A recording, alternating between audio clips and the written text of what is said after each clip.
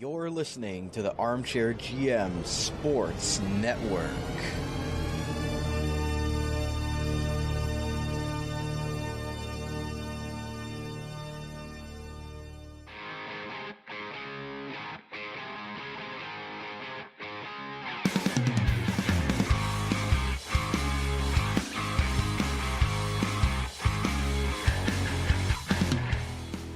This is Rod Mahood, your in-game voice of the Niagara IceDogs, and you're listening to the Dog Pound Podcast on the Armchair GM Sports Network, your podcast source for all game analysis, team interviews, and up-to-date news regarding the Niagara IceDogs. Welcome, ladies and gentlemen, to another installment of the Dog Pound Podcast right here on the Armchair GM Sports Network and on NiagaraIceDogs.net, the official podcast of your Niagara IceDogs. You can find us on social media for updates and giveaways by following the podcast on Twitter at Dog Pound Podcast. You can like us on Facebook and Instagram as well by searching the Armchair GM Sports Network. You can listen to us on demand in audio form, whatever you're getting your podcasts at, Spreaker, Spotify, Apple Podcasts, Google Podcasts, iHeartRadio, CastBox. These are on all of them, so go and check it out. Favorite Walkman, we're on that. Sure, Walkman, if those still exist anymore. I'm sure Ted has. I'm sure Ted has one. Anyways, and if you're enjoying the video version of the podcast and looking at our glorious faces, make sure you guys are hitting that subscribe button, smashing like, smashing that bell for all updates on videos that get released on the channel. We've got a lot of cool gaming content coming out for you. And that's already been released with the Niagara IceDogs. Kyle and myself are both doing a franchise and a season mode for you guys with the current and past IceDogs. So go and check that out. Kyle did a very good job with his first two episodes. I'm slacking a little bit. Got to record episode 2. And it's live on the channel for you right now. So go and check those out. And if you like the gaming content, make sure to give us some support over there as well. And as always, I'm your host of the Dog Pound Podcast. My name is Brandon Caputo. You can follow me on Twitter right underneath there at Capoots13_AGM, and my co-host Kyle Aikett at just Kyle51. There we go. That way. You're that way on the on the format. So guys, thank you very much for tuning in to another episode of the Dog Pound Podcast. Again, last week, you know, it was an episode that we had to talk about. It wasn't exactly the most positive and exciting episode to record, but again, I lost my rose-colored sunglasses. I don't know where I left them. I put them somewhere, but I'm in all IceDog gear. Does that count? Does that count? Because I'm wearing all IceDog stuff. I got the Puck the Virus shirt, I got the IceDog hat. Yes. Like the IceDog mentality. Dog mentality. That's the dog mentality. I think that's the Hamilton Bulldogs hashtag. So. Speaking of them, Bruiser was, for whatever reason, scouting over this weekend in Niagara. What was Bruiser doing at the rink on Saturday? What? Yeah, I think Colin and Reese from the Hammertown podcast, shout out to them, friends of the show. I think they must have sent Bruiser down there to scout. I think they're scared of what they see from this IceDog team so far. They're trying to scout us and our future NHL 23 showdown, probably, huh? Who knows? Trying to get the load on and us talking strategy there, Bruiser.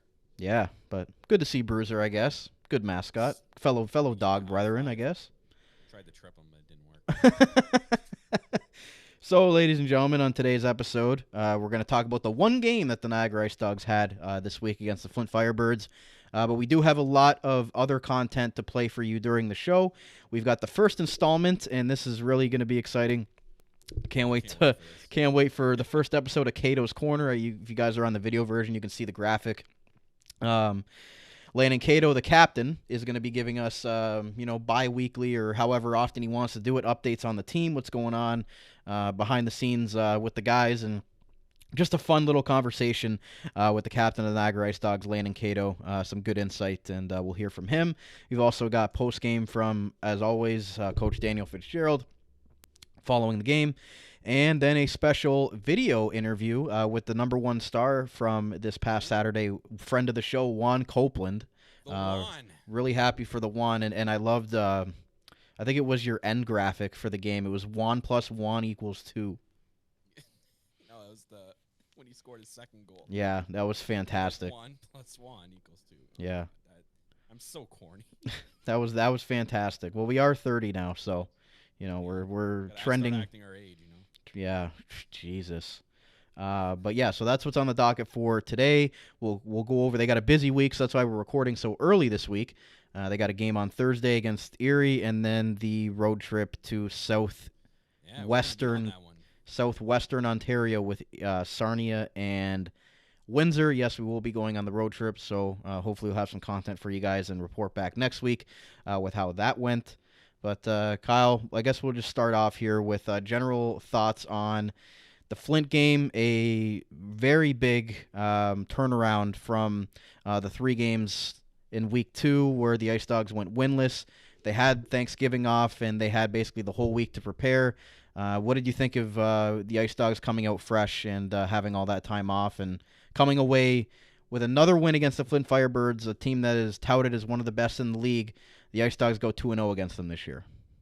Yeah, this was it was definitely a great win and a feel-good win in a sense because, after losing those 3 games the week before, the IceDogs want to go into this game and bounce back, and it was against a team that they already won against this season, and again, a highly touted team, like you said, by the CHL. So this was definitely a really, a really good win because not only did the IceDogs dominate this game in almost every aspect of the game, especially shots, it was 24-11 in favor of the IceDogs, which we look at the shot board and we literally said in the press box, like, are we sure that's not reversed? Like, are we sure we're up 24-11 right now? I cannot remember the last time the IceDogs outshot a team that badly. It was like in the first period, nevertheless, and it was a high-scoring first. There were 6 goals in the first period, 3 each. But man, it was an insane game. And it didn't look pretty early on. Flint took a 3-1 lead in this game, and then IceDogs ended up coming back, scoring 6 unanswered goals en route to a 7-3 win. There's a lot of penalties this game. Flint did take more penalties. I believe we capitalized only on, I think it was 2 out of the couple of power play chances we got. But regardless of that, I think the IceDogs, as soon as, I think it was about the 3rd or 4th goal, it was like they were all over Flint, and Flint could do nothing to come back in that game. Shout-outs to Owen Flores for shutting the door for the rest of the game and not letting any other comeback, because Flint scored all 3 of their goals in the first, and then that was it for them for the rest of the game. The IceDogs even chased out St. Louis Blues draft pick Will Cranley out of the net, right? So that was pretty big for them. To chase a already drafted NHL goalie who played pretty good against the IceDogs in the last game as well. So, shout-outs not only to Owen Flores for standing tall in the net, but also the IceDogs team for putting up a lot of points and doing a good job, right? Like the goal scorers that we know are the goal scorers on this team all stepped up in not really an unlikely hero, I would say, but someone that stepped up because of the recent trades, and we were wondering if he would get into that top 6 role. We literally talked about last episode that we wanted to see Juan move into the top 6, and sure enough, our boy is literally line 1 left wing when we look at the game sheet, which we love to see it. And he definitely proved himself, and he had 2 goals. He was close to a hat trick in this game, but he ended up getting the first star of the game as well. So big game. I think he was obviously the story of the game, and we'll get to the interview later is why we picked him out for a player interview. But he had a massive game. I think Pano had a pretty good game as well. Kevin, he scored again. He's proving to be a really exceptional rookie this year so far. Not only just like the stat sheet, but just watching him play. Mm-hmm. And if he can learn to bury most of the chances that he gets in a game, this kid's going to be a superstar. He's going to be an absolute star in this league if he continues to develop in the right direction. So I keep seeing more and more improvements out of him every game, and he's going to be a key part of the IceDogs lineup. Absolutely. So I'll quickly go over the box score for you guys, and it's on the video version of the podcast for you guys in audio. You can go and look it up. Pasquale Zito opened the scoring for the IceDogs after the quick 2 goals from the Flint Firebirds there in the first period. Then Flint scored their 3rd goal with Caden Petrie.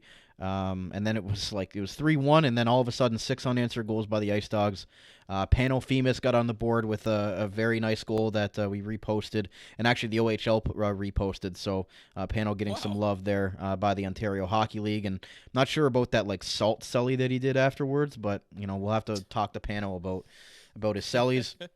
Then he was a secondary assist on Nolan Dan's goal when Jared Keane got his first point as a Niagara Ice Dog in his first game. I'll ask you about him in a minute.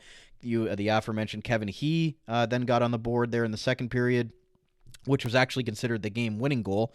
So Kevin He gets the game winner, assisted by Michaud and Declan Waddick.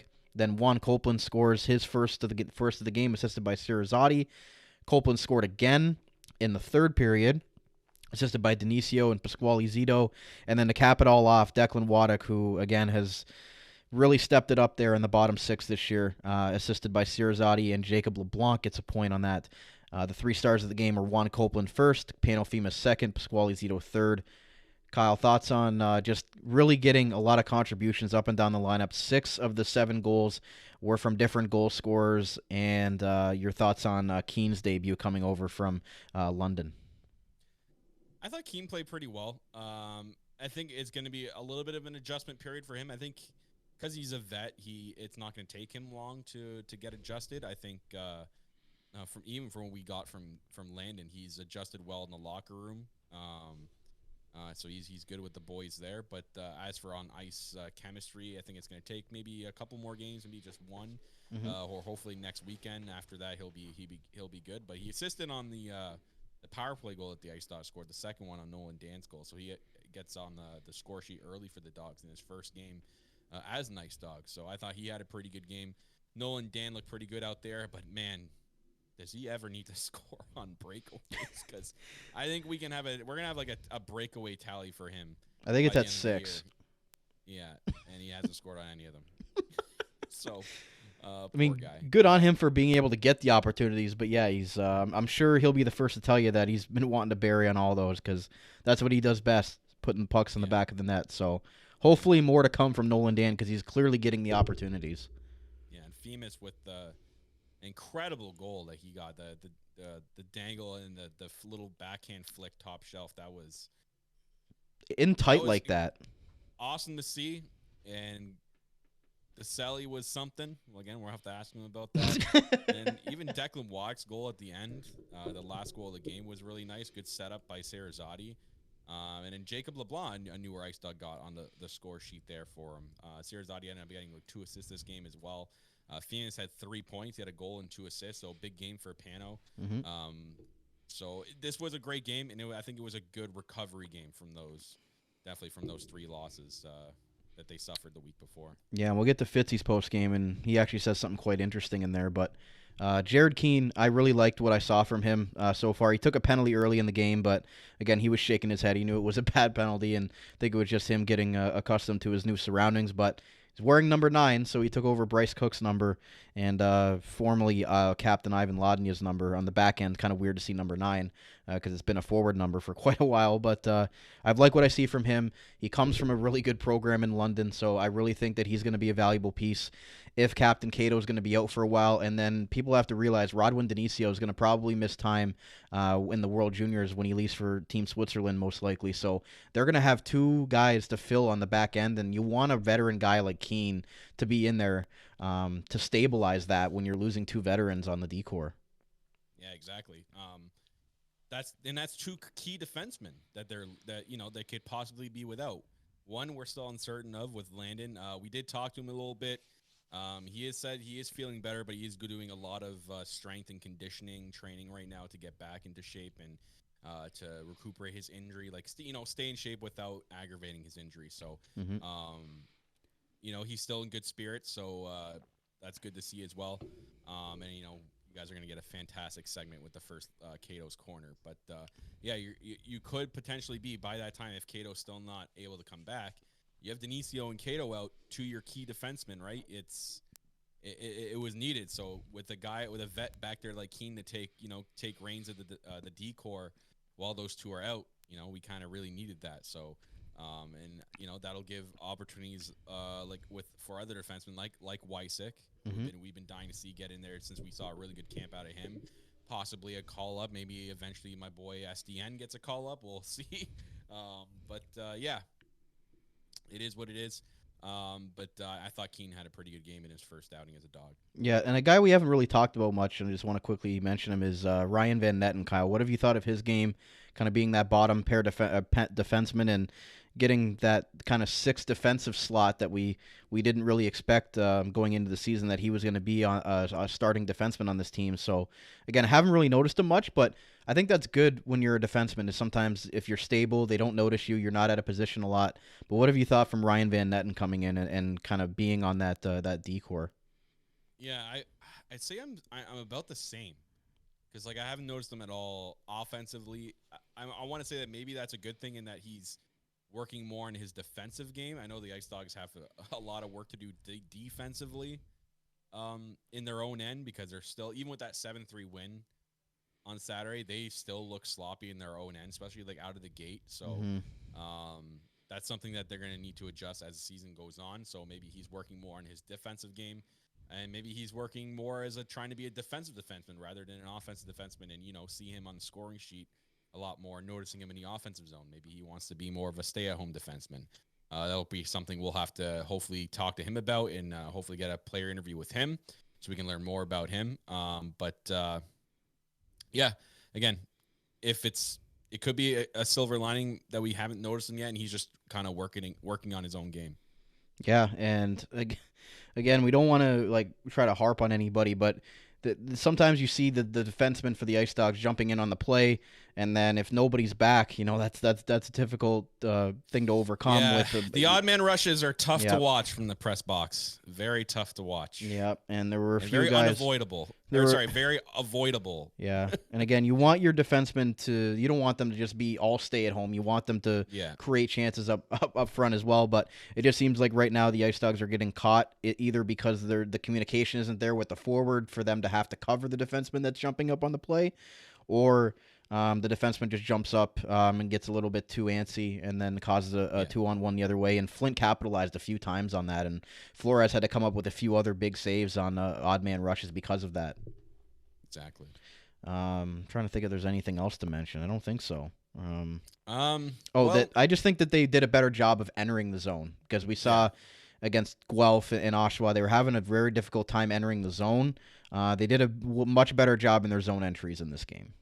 Yeah, they definitely. I know maybe they're just a better team than Flint, and that's what's going to come against playing Flint. But they did look like they had a little bit more confidence with their zone breakouts and entering the zone than definitely what we see out of that Guelph and Oshawa games. Those were pretty brutal. Yeah, so a very good bounce back for the Niagara IceDogs, and it's time for that part of the show, guys. Can't wait to introduce it here.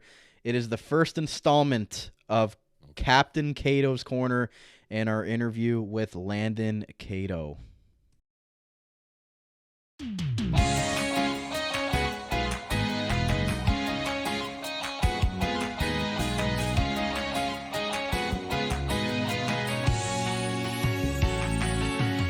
Joined on the first installment of Cato's Corner here with Landon Cato of the Niagara IceDogs. Landon, what's on your mind this week? We got a couple new guys in the room. Gerard Keane, he's an OA from London. He's pretty, I don't know, if at first he walked in, he's been showing up every day in a golf shirt and dress pants. So, at first it was kind of the boys were a little weirded out, but once we got to know him, we kind of understood that was his personality. But for the first couple of days, we were joking around with him, asking him if he was a doctor or stuff like that. So that was kind of the nickname for a little bit. And then, boys have opened up to him. I don't know, he's looked pretty good in practice, but yeah. Got another London guy in here. I don't know how you guys are feeling about that. Flores still waiting for his IceDog glove to come in. He's still got that green glove going on. So, adding another London night to the group, I don't know. Yeah, no, I've got on him almost every day about his equipment. I don't know what it is about that green. It's one of the ugliest colors I've ever seen, and it's terrible on him. So, yeah, I know he's pumped to get his helmet, and he just got a new helmet. So, I know he was pumped about that. But, those gloves have got to go. That's for sure. Can you talk about Copes finally, moving his way up the lineup here? Missed his Michigan road trip, which I know was big loss for him, being in front of all his home friends and family, and now getting a chance to get higher up in the lineup. Just talk about him kind of working through that this year. Yeah, no, Copes is an awesome guy, man. he's one of the best guys to be around. Like, he makes everyone laugh. He never stops joking around. Like, we're on bus trips sometimes, and guys are dead tired, have no energy, and he somehow finds a way to make everyone smile. So he's like, he's our little light in the dressing room. He's like the nicest guy ever, and so it's good to see him out there with the top line. I say it's a stick change. He was using Bowers last year. He got True this year, so I say it was a stick change. But I mean, I'm not an expert at all. But yeah, that would be my intake on Copes. Great guy.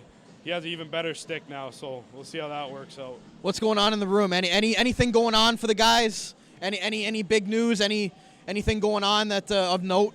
Yeah, no. I mean, we've been hanging out a lot more. Like, we went to we had a Leaf night the other night for their home opener, so all the boys got together.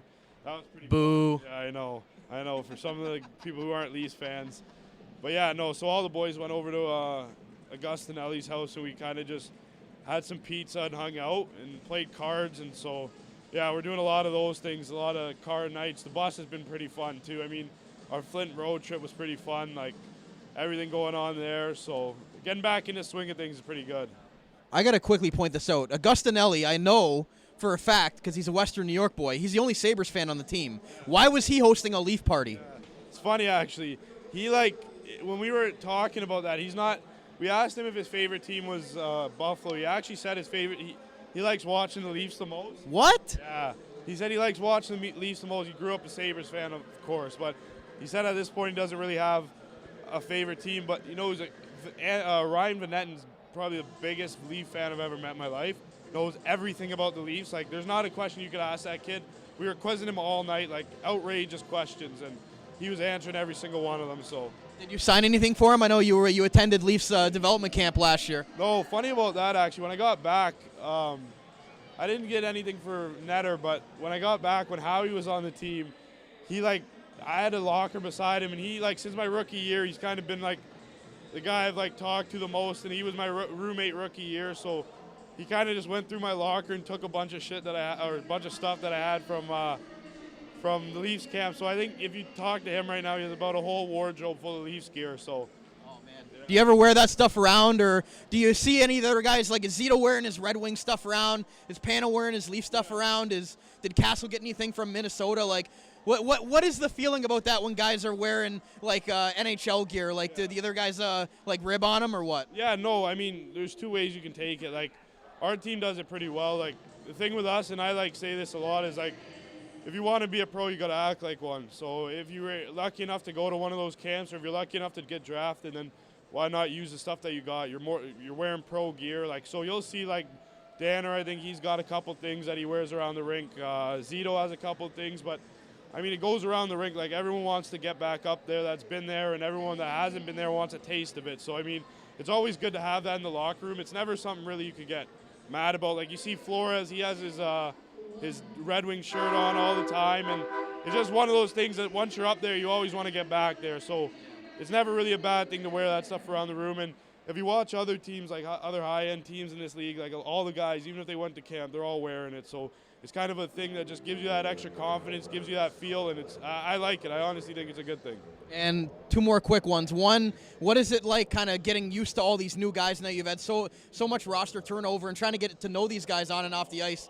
Has that kind of grown over the last little while? You had that Michigan road trip to kind of get to know each other a little bit more. How's the camaraderie amongst the guys? Because you're still trying to learn each other on and off. Yeah. That's the biggest thing, I think, right now. I know a lot of people on the outside are kind of wondering what's going on with the dressing room and everything, and for the most part, it's actually been pretty good for how many trades and moves that we've had. A lot of the guys love each other, so I think that's the biggest thing. When you get a locker room that really buys in and it's them first, I mean, that it can always work. So one thing I would say is to the people watching, just please give us time, because it will come. And with this group especially, I have no doubt in my mind, like, I was a part of a good group my rookie year. Guys like Akil Thomas, Tomasino, even Castleman, Brady Johnson before, Paquette, all those guys that I played with, like, and I see a lot of that within our group. Kevin he's another guy. He's absolutely unreal. And, like, honestly, I think if we play the way we could, he could be Rookie of the Year this year. Like, I don't want to put anything on the kid, but in practice, I've never seen a kid with that much skill, that much speed, and, like, it's unbelievable to watch. We were just talking about that just now, too.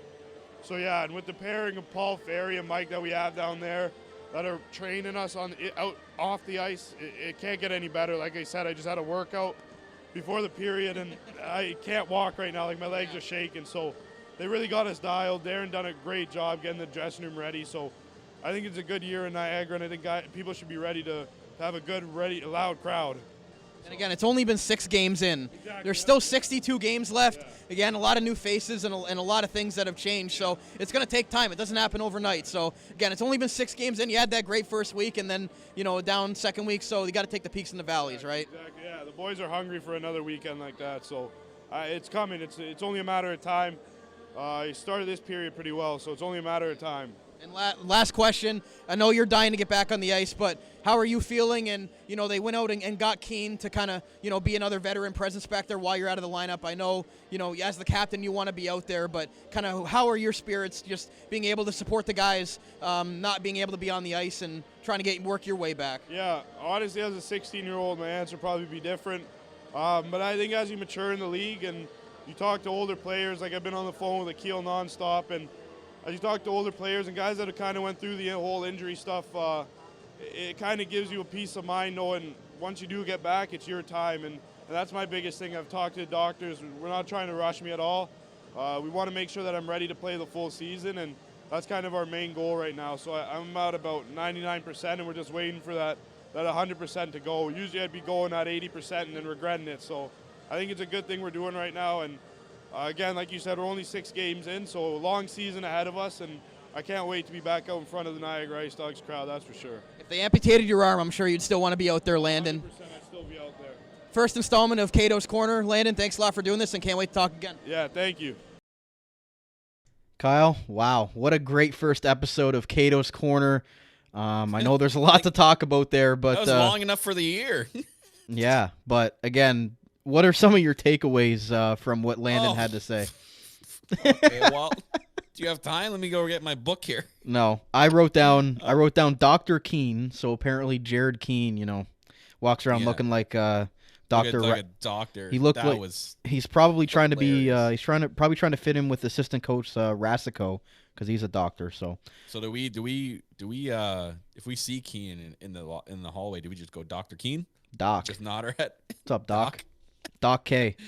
But yeah, no, it just shows that the locker room is still hungry, right? Like the boys are fired up about wanting to do another weekend like that where they beat, they sweep a weekend, and main thing is like saying to everyone to give them time. They're gonna figure it out together. There's 62 more games. They're gonna find their groove, find what's gonna work for them, and then they're gonna put it in the full gear. And they have the belief is in the locker room that they have a solid team that can win. So, and from what we've seen, they do have the what's it called? They do have the mindset. Name, not the mindset. They have the skill. I think they have it that they can definitely have a great season this year. So, I plucked out of that and just that I still can't get over the doctor thing. They call him Dr. Keane. I still can't get over that. I love that he's been talking to Akil. I love that, not just because Akil Thomas, friend of the show, but one of the best IceDog captains of all time. But that's good that Landon's like talking to somebody like that. And he even said, as a 16-year-old, my answer would probably be different, but I've matured in the league, and I know not to get too high and too low. And it just seems like he really has a good mindset this year. Yeah, man, the doctors are not rushing things. They want to make sure that, that's two injuries in the same place, right? You don't want to go out there and, have another injury to that same spot for a third time, because that could, one wrong move and that could be career, right? So yep. I'm glad that they're taking things slow, and then when he's ready to come back, he'll come back. So stick change for Juan Copeland. Apparently that might be why he's been potting in the goals. And I'll have to ask him about that, because I'm a big stick guy. So I gotta talk to him. Maybe you got to use Copeland sticks. You'll score more in men's league. Yeah, if he has some backups and if he shoots right, then maybe maybe he can hook you up. And then Leafs night. Augustin Ellie's a traitor. And hey, I mean, I don't know. Are you gonna go over what he yelled at us in the parking lot? Yeah, again, he's just trying to cover his back now because he knows that he's betrayed all of blue and gold land. Don't worry, down there in Buffalo. I got you a Leaf jersey there, buddy. And then apparently we got to talk to, or apparently, well, I don't, but you need to talk to Ryan Van Netten because apparently he's the biggest Leaf fan on the team. So I'm sure you guys would have a good conversation. I got to interview him, man. I think I got to be the one the player interviews Ryan Netten. Yeah, I think you need to because I don't want to now. Wow. No, shout out to Ryan and shout out to his parents who now follow us. So we got another addition to the dad's favorite pod. Get Ryan, on the list. Yep, the Van Nettens. So are we gonna make a banner? Can we make a banner with all the names of the dads that follow the podcast? And we have like a banner raising ceremony at the end of the year. Yeah, we'll have an award for best dad that follows the team. Best dad. It's gonna be hard to beat B-Cat out. B-Cat, shout outs to B-Cat. But Chris Femus and Mr. Wysick as well. So Chris Femus, do you want to talk? I guess it's Mr. Femus. Lot? Yeah. Oh yeah, I accidentally thought it was Mr. Femus in the parking lot. It wasn't. Some random fan. It was not. This guy probably thought I was a crazy man walking up to him. So and then we get up and then the wife's like, "Oh, it's cold." This is what I got. Oh. This is the reaction that I got. So that's a little side piece for you guys, but yes. Sorry to Mr. Femus. I'll make sure I know what you look like next time. It was dark. It was but he did look like him though, and it was dark out. So the way the light was, it was like they're in the dark shadow part of the parking lot. So I don't know. Either way, Pano had a great game, so shout out to him. But guys, we'll take a quick break on the show, and we'll come back with our post game with head coach Daniel Fitzgerald and our conversation with the #1 star Juan Copeland, and then just kind of talk about the standings and looking towards this big 3-game week coming up for the Niagara IceDogs. So stay right here. We'll be right back on the Dog Pound podcast and right here on the Armchair GM Sports Network.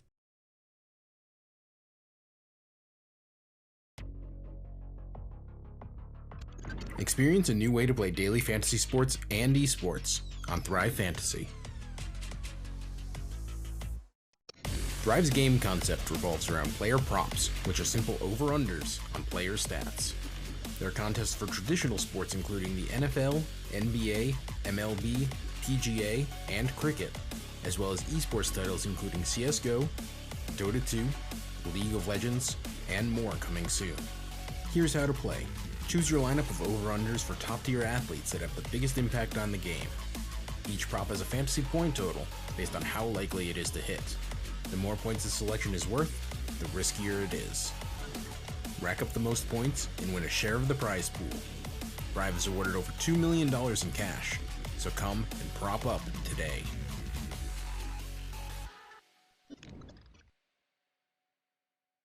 You're listening to the Armchair GM Sports Network, the Niagara region's best local source for North American sports podcasting coverage. By sports fans, for sports fans.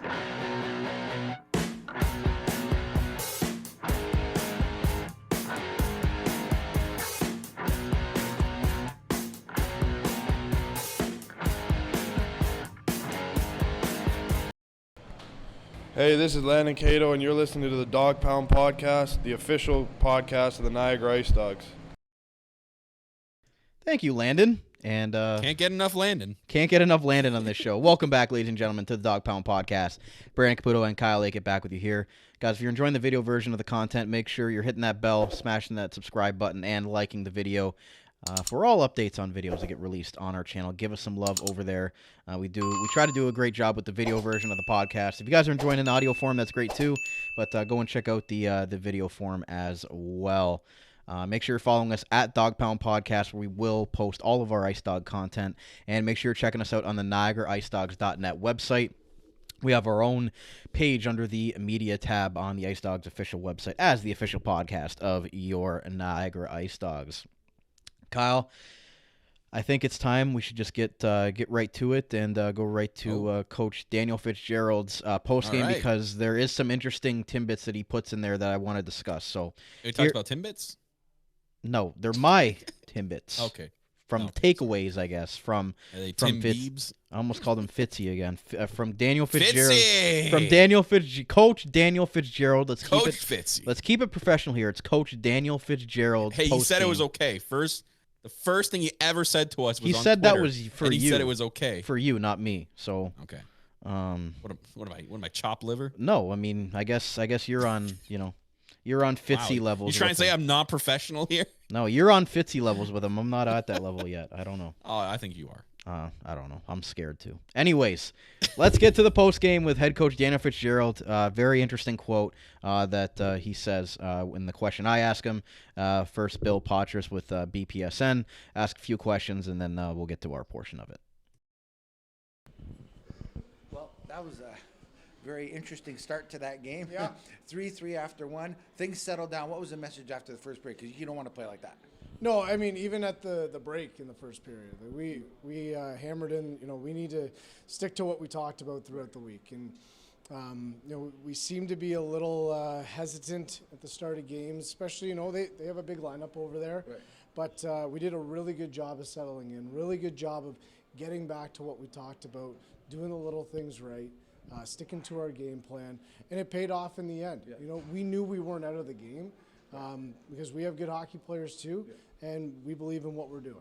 For sure, yeah. Yeah, some nice individual efforts tonight. Juan Copeland had a really nice game, off to a great start. Yep. Is that surprising you, or is that kind of you looking for him to do that this year? Yeah, we've been waiting for that to happen. I think Juan would be the first to admit he didn't love his preseason, but the last few weeks here, he's been a lot better. And obviously we look at the individual statistics, but those are driven by team play and. Guys are rewarded for good work within the team structure, and Juan's no different. For sure, yeah. Might go overlooked a little bit, but your goaltender after the first period, I thought he kept you in the game. And that can go overlooked in a game like that, but he did a nice job for you, didn't he? Yeah, Flo's been great all year, and I'm sure he wants the third one back. He's just as hard on himself as anybody, but he stood in there real strong afterwards, to give nothing up after that. Especially when we felt we had the momentum coming into the second half of that period, we wanted to keep it as much as possible. Guys did their job on the power play, obviously, but Owen did a really good job for us down the stretch there. For sure, yeah. Now you had all that time off this week, and now you've got another stretch, which is very, very odd. So do you just handle it the same way, or do you have some other things planned this week? Oh, we got to get back to work. This is the standard. This, we're not, clipping our newspaper. Like, we're good with what we're doing right now, but we're not happy. We're not satisfied until we're stamping at the end of the year. Okay. It's a really good feeling to win a hockey game, but we want to feel that all the time. And if we stick to our process, the outcomes will be there. Can you just talk about, obviously the last week wasn't the week that you wanted. You get that time off with Thanksgiving. Was there anything that you really told the guys about, resetting and anything that you worked on in practice to really get the team back on track here with this big win? You know what, Brent, I'll be honest with you. We wanted to win those hockey games, but maybe that was the weekend we wanted. We had to reset. We had to take a look at some of the things that we were doing, identify what this team can be, how this team can be successful. We had a really good week of practice doing that. In the end, we're going to look at that 3-game stretch, and that's probably going to be the turning point of our season. And this is a team in Flint that's ranked in the top 10 CHL power rankings. You go 2-0 versus them this year. What does that say about this team and just being able to prove yourself against some of the top teams here in the league? Yeah, you know what? That's great. It's fantastic to get a win against a team that's highly touted. But again, that should be our standard. And sure, 7-goal output, that's fantastic. But we're really happy with the process, the things that we did to help us be successful. Obviously, we cashed in, but we need to continue that. We got to stay even-keeled, stay neutral, and be ready to do it again next week. A lot of different goal scorers tonight. You're getting contributions from up and down the lineup. And then the first game for Keenan in the lineup tonight. First game is an IceDog coming over from London. Can you talk about his game and just in general, everybody really contributing and stepping up? Yeah, up and down the lineup, I thought we were fantastic. There wasn't anybody I was looking down the bench and said, oh, I can't play him. Everybody contributed. Everybody was great. But that's what we expect. We expect to be able to roll 4 lines at you, come at you in waves. If we're quick with our shifts, we should be able to do that and stay on top of you. For Jared, to get Keener in there, it's fantastic. He's very poised, very confident with the puck, but he defends hard as well. A really good 200-foot defenseman. Thanks, Coach. You got it. Wow, great thoughts there from head coach Daniel Fitzgerald. Kyle, the few things I took away from it was he kept, reaffirming the standard of how they want to play, the standard of what they want to be. And again, the biggest quote that I took from that was the first question that I asked about the 3-game weekend where they lost all 3. He said, maybe that was the weekend that we wanted. That 3-game stretch might be the turning point of our season to kind of reassess where we were at and make adjustments. Exactly. That was that's the biggest thing I took too. That's a really incredible way of looking at a 3-game loss that really kind of hurt the team, right? Because they at least wanted 1 out of the 3 games in a win, and would love to have gotten a win, especially against a team like Oshawa or Guelph in one of those 2 games, or even Barrie for that matter. Because I think they could have definitely beaten Barrie.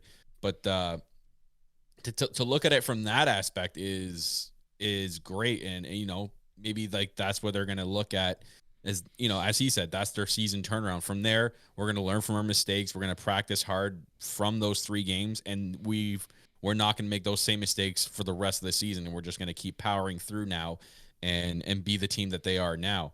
And finding that standard. It looks like that's what he's trying to imply in this team, that what we just saw this past Saturday against Flint, that's the standard for this team, and that's how he wants to put and instill that into his team to be at every single game, no matter it's on the road or at home, instill that's a team that they are, that's their definition, and that's who the IceDogs are going to be this year. Yeah, and again, he's not going to say that they're not going to lose games, because, I mean, like he said, I believe it was a couple last week, no team's going 82, or no team's going 68-0.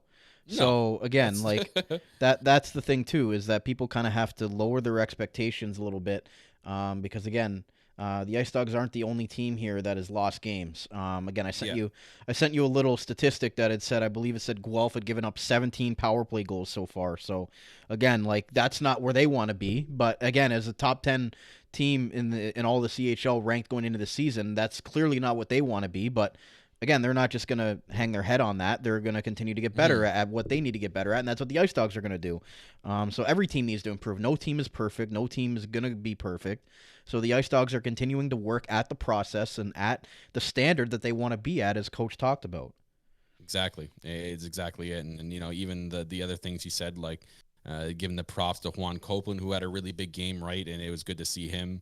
That could be going a long way with how he's going to slot into this lineup as the season goes on. So, but yeah, a really great way for Coach to how he took those 3 losses, right? And again, you have to stay composed. It's again 62 more games. This probably won't be the only time that something like this happens where the IceDogs go on a losing streak, right? Every team has a losing streak. Yeah, there are teams right now that are 6-0 and 6-1, but they're not going to be undefeated all year. The teams you see in first right now might be in last place by the end of the year. Like the Bulldogs, they're in last place right now. You think they're going to stay in last place? Absolutely not. So I'd be shocked. Yeah. Anyways, just that was probably the greatest takeaway that we got out of Coach in that one. Yeah. So I want to talk about Juan Copeland, but we'll talk about him after we play the interview with him in postgame after getting the number 1 star, 2 goals on the night for number 47 of the Niagara IceDogs, Juan Copeland. Here on the Dog Pound podcast postgame with the number 1 star in tonight's game, Juan Copeland, 2 big goals tonight. Can you just talk about getting that opportunity on the top line and really making the most of it tonight? Yeah, I guess the biggest thing for me is working hard, doing whatever I can to help the team, and yeah. You started off the year kind of, in a bottom 6 role. You were injured when you went home to Michigan. I know you were really upset not being able to play in front of friends and family. Just how has that kind of, kept you motivated and keeping your eye on the prize here and continuing to build into, now being a top line forward and contributing on a big effort tonight with your 4th goal and team leading? Yeah, the biggest thing is, no matter where you're playing at, work your hardest. You'll earn your spot. You'll earn your play time, and the points will come, but the biggest thing is helping your team out. And can you just talk about the contributions up and down the lineup tonight? A lot of different goal scorers, a lot of guys getting involved. What was it? It seems like you guys were really buzzing out there against one of the top teams in the league. Yeah, the biggest thing is that everybody did their job. Nobody had an identity. Nobody thought they were better than anybody else. We all worked hard. We did. what coaches asked us, and that's the result we get is a win. So. And lastly, coming off, a difficult week last week, 3 losses, but the growing pains of a season, just what was that kind of time off for Thanksgiving kind of like, and coming back this week and with a strong victory, only 1 game this week, so you guys had a lot of time to really prepare and come off the better end of those 3 games last week. Yeah, I think it helped us learn what our identity. It made us realize what hard work does, what playing skilled while working hard is, instead of just not listening, trying to do our own thing and play. We got to play as a team, and that's what we did tonight. Number 47 of the Niagara IceDogs, Juan Copeland, first star of the night. Thanks a lot. Thank you. Kyle, thoughts, takeaways from the real Juan Copeland? Again, great night for him, but one thing I took out of that I think was a key part was, not everyone's going out there being their own, being the one-star show, right? They all played as a group. They all knew what they had to do to win the game and then play to their ability, which was a really good thing for Juan to see, and then what attributed to the win. It wasn't just about his 2 goals. It was about every player doing what they know they can do to help this team win. So good on Juan for noticing that and for saying that. Yeah, and what I want to mention is we've been talking about Copeland not just because he's a good guy to us and things like that, but he's really proven over just the start of the season that he started the year on the 4th line and scratched and got hurt. And then really just that last week that he had, even though the IceDogs went 0-3, he was really the bright spot there. He had goals in back-to-back games, and he really elevated his game. Then the IceDogs made that trade for Keene and then moved away Pappas. And I think, no disrespect to Matthew Pappas, who led the team in scoring in the preseason, but moving him out of the lineup was able to kind of give Juan Copeland that opportunity that maybe he wouldn't have had. And I think that's a positive you got to take from that is, Juan Copeland being able to step in that role and then succeed in that role, scoring 2 goals on the top line, because just because you get the top line minutes, that can be a lot of pressure to be able to produce. But he was able to do that and kind of show that he's a reliable piece for this team moving forward.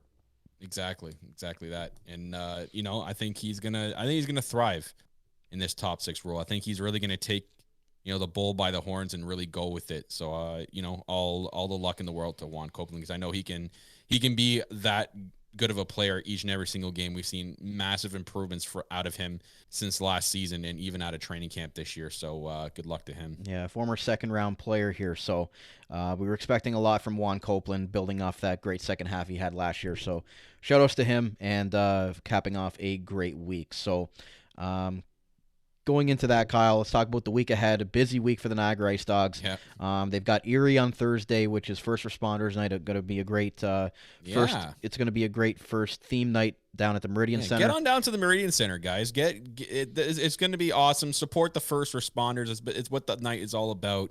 And come see some great action, because it's always a good game, and you're always going to get a good game with the IceDogs. Especially this year, there's a lot of excitement around the team, guys. Don't buy into what the negative people say. Go by your own opinion, and come watch a really exciting team, because there's a lot of exciting teams with a lot of things with this team. You got Pascal Zito, who is a drafted player who's trying to improve on his game. You have Pano Femus playing with that chip on his shoulder, like we said. Going into the draft last year, didn't get drafted. He's going to do whatever he can this year to get drafted in the next year's draft. You have promising rookies like Kevin He and Ryan Van Netten, who are looking promising right now, and then just everyone as a collaborative group. It looks like it's going to be a really exciting year, guys. So definitely come down to the Meridian Center and come watch an IceDog game, and especially on a night like First Responders Night. They always do the game days for the IceDogs when they do stuff like this is always amazing. Yep, for sure. And again, it's a good night out, and the crowds have gotten better. Last Saturday's crowd was a really good crowd, a lot of groups, so good night to bring the family out. That'll be Thursday against Erie. Erie right now is 7th place in the Western Conference with a 2-3 record, but for whatever reason, the IceDogs and Erie have sort of this rivalry geographically, even though they're in different conferences. The IceDogs play them more than any other Western Conference team, and it just always seems to be a chippy game. We even saw it in the preseason. These teams don't like each other, and they show it on the ice. Yeah, exactly. And then going into the weekend, got the Southwestern Ontario road trip with Sarnia and Windsor. Windsor right now is leading the Western Conference, and Saginaw second. Sarnia is fourth because it's so small on my screen. I'm like squinting to read the damn thing. So it's Windsor in first, and then Sarnia in fourth. Windsor being without Wyatt Johnston, that's a big deal for them. Yeah. He's up with the Dallas Stars right now. Actually scored his first NHL goal the other night. So if he was in the lineup, that's a much different, more dangerous team to worry about for Windsor. But right now, they're doing it without him. They've now got Joey Costanzo in net. It looks like they're running with him as the backup. They moved Medina to Sioux Falls. So they're going to be running with Anuska and Joey Costanzo in the net. So I'm really interested to see if Windsor does play Costanzo against the IceDogs. I think they will. I want to see it. I think it's happening. I want to see it. I don't know if Windsor plays the night before, where they'll play Anuska and then they'll have Costanzo play on the Sunday. But I really want to see it. I hope it happens. I think it would be a cool just moment for like the IceDogs and Joey to kind of go against each other. Yeah, exactly. And then I think the IceDogs can have another pretty good weekend this weekend, especially facing those two teams. Like you said, Erie. Not really in a good place standing wise right now. They could definitely take advantage of that, especially with a 2-3-0-2 record. A team like Sarnia, correct me if I'm wrong. Sarnia was a team that we didn't face last year either. So this is another team that, and they were and they missed the playoffs too. So they're having a good year considering they missed the playoffs last year so far. Yeah. So I think it'll be an interesting weekend. I think coming out with at least one out of the two will be, I think they're capable of, but I would love to see them come out with a 2-0 out of the weekend. But as for the Thursday game too, as well, we're taking on the Erie Otters, and I got my Erie and Windsor confused, but Erie I think is a good winnable game at home right before the weekend on the road trip, and then Sarnia and Windsor out of the weekend. I'd love to see again one out of the two there, but I think 4 out of 6 is very possible this week, if not all 6. Yeah. But I'm gonna, I don't want to get too cocky, but I think Erie and Sarnia are definitely winnable games. And if they play up to the capabilities like they've shown against Flint, they can definitely beat Windsor as well. Exactly, and then this weekend too, like we said, we're gonna be there.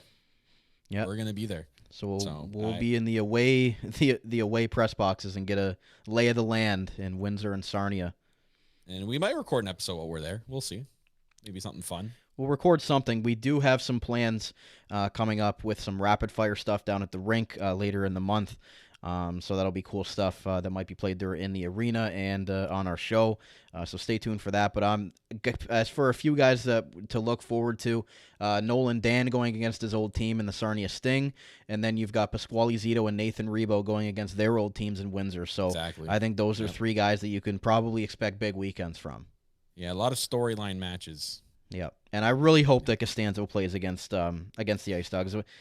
Joey was such a great kid. I want to see him do well. Hopefully we get to see him, man. Hopefully we get to go talk to him. I want to see if we're able to go and talk to him for a bit, or at least see him in the not even interview him, just say hi to him, because Joey was a great young man, and he was always kind to us with time, and always was supportive of the show as well. So.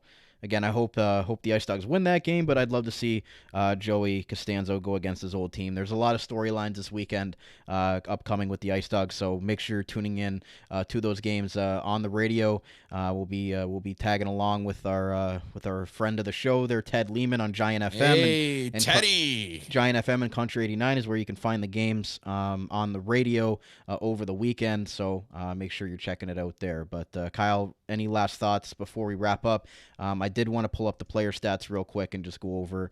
Pasquale Zito is leading the team with 8 points right now. Second is Pasquale Zito.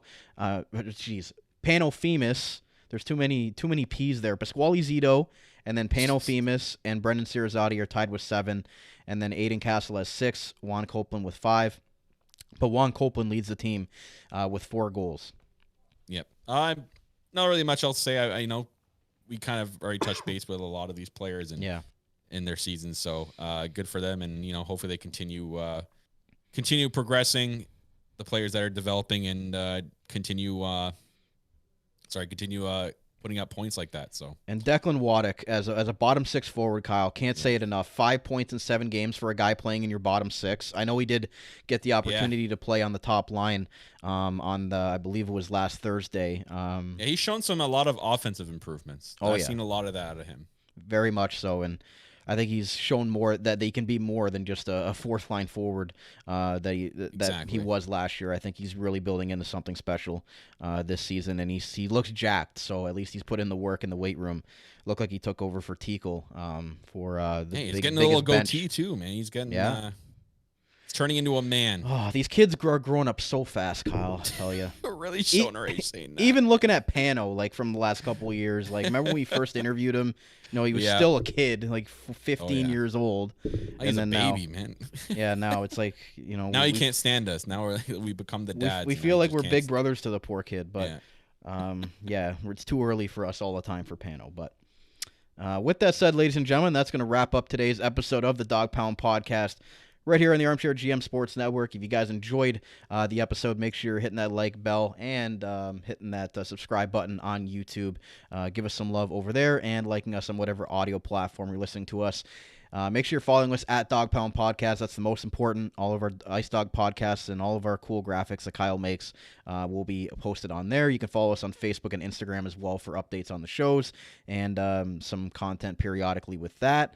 And then make sure to check out NiagaraIceDogs.net. I think this episode will be posted right on the website in a article post, but if not, we're right under the media tab, and then you can find us at Dog Pound Podcast, and from there you can find the episodes. You can get the link to all of our stuff and just easily navigate to all of our content there.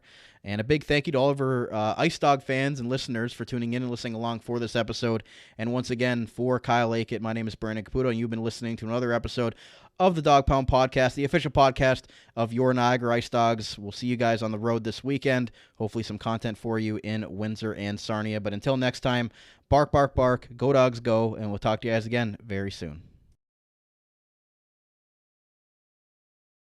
You're listening to the Armchair GM Sports Network.